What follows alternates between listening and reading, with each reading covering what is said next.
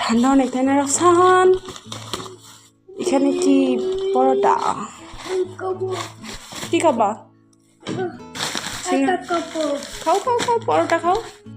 আসসালামু আলাইকুম, সবাই কেমন আছেন? আমি আফসানা মিম চলে আসলাম শীতের সকালে নতুন আরেকটি ব্লগ ভিডিও নিয়ে। আমরা মাছ কিন্তু অলরেডি সকালে রুটি তরকারি খেয়েছি, আর রাফসান তার আব্বুর সাথে বাইরে যায়, তো সিঙ্গারা আর পরোটা আনছে, তো আবার মাছ একটু নাস্তা করে নিচ্ছি।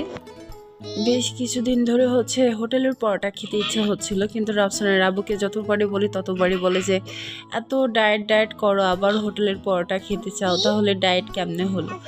আমি একজন ভোজন রসিক মানুষ, আমি খাবার ছাড়া কিভাবে থাকবো? ডায়েট তো আমার পক্ষে সম্ভব না, তবে একেবারে ছেড়ে দিই না, কখনো একেবারে সব কিছু ছেড়ে দেওয়ার যদি ধরে রাখা পসিবল না হয় তাহলে একেবারে ছেড়ে দেবেন না, কারণ একেবারে ছেড়ে দিলেই সমস্যা। এক দুই দিন একটু কম খাইলেন, একটা ব্যালেন্স হলো, এই হলো একটা কথা। আমার কথা একটু ব্যালেন্স হোক। যাই হোক, ছেলে আর আমি একসঙ্গে একটু খেয়ে নিচ্ছি। এবারে গরম গরম দুধ চা বানাই আনছি।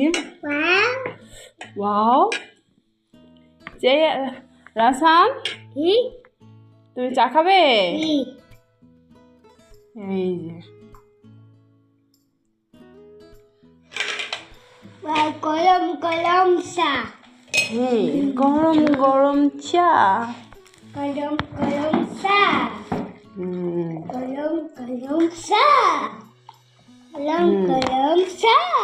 আরো চা আছে রাফসান, তুমি চাইলে আরো নিতে পারবে। আমি যখন চা বানাই অল্প করে বানাই না, কারণ আমরা মা ছেলে অনেকগুলো করে চা খাই, তাই না রাফসান? অনেক চা খাই আমি আর তুমি। চা কিন্তু বেশি খাওয়ার জিনিস না, অল্প অল্প, কিন্তু এটা আমাদের অনেক প্রিয় একটা জিনিস।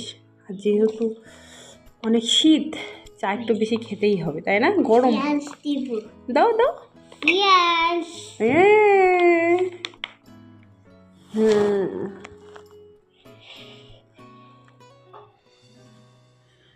এখন কিন্তু 12টা বাজে, কিন্তু দেখে বোঝার উপায় নাই যে কয়টা বাজে। মনে হচ্ছে কেবল সকাল হচ্ছে।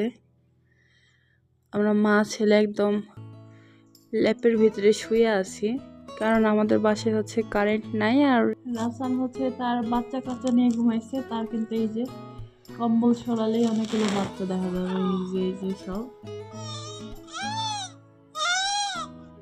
বাচ্চা কাচ্চা দেখাও সবাইকে। ওর যতগুলো পুতুল আছে এইভাবে নিয়ে ওই শুয়ে থাকে।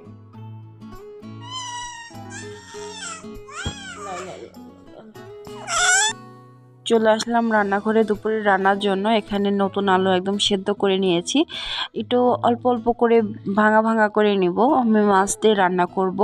আর এই সাইডে একদম কড়াইতে পেঁয়াজ একদম ব্রাউন কালার হয়ে এসেছে, সে পর্যায়ে আমি পানি দিয়ে এখানে আদা রসুন বাটা, মরিচের গুঁড়া, হলুদের গুঁড়া, ধনিয়া গুঁড়া, পরিমাণ মতন লবণ সব কিছু দিয়ে মশলাটা কষিয়ে নিয়েছি।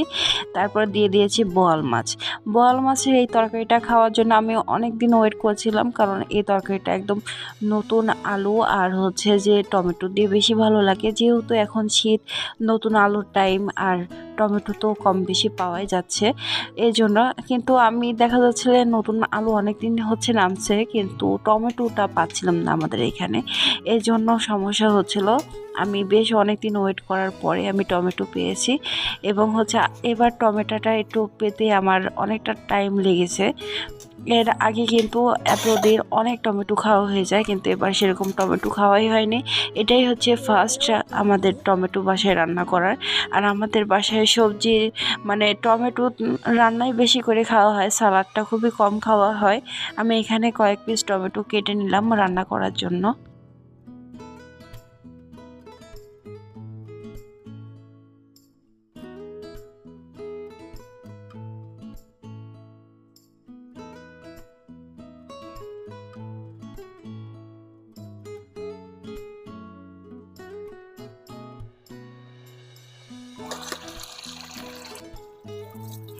একটু ঝোল ঝোল টাইপের রাখবো। আর একটু বেরেস্তা আমি হাত দিয়ে একটু ক্র্যাশ করে দিয়ে দিলাম। তারপর 2টা কাঁচা মরিচ, একটু ভাজা জিরা গুঁড়া, একটু ধনিয়া পাতা দিয়ে দিলাম যাতে ফ্লেভারটা একটু সুন্দর আসে।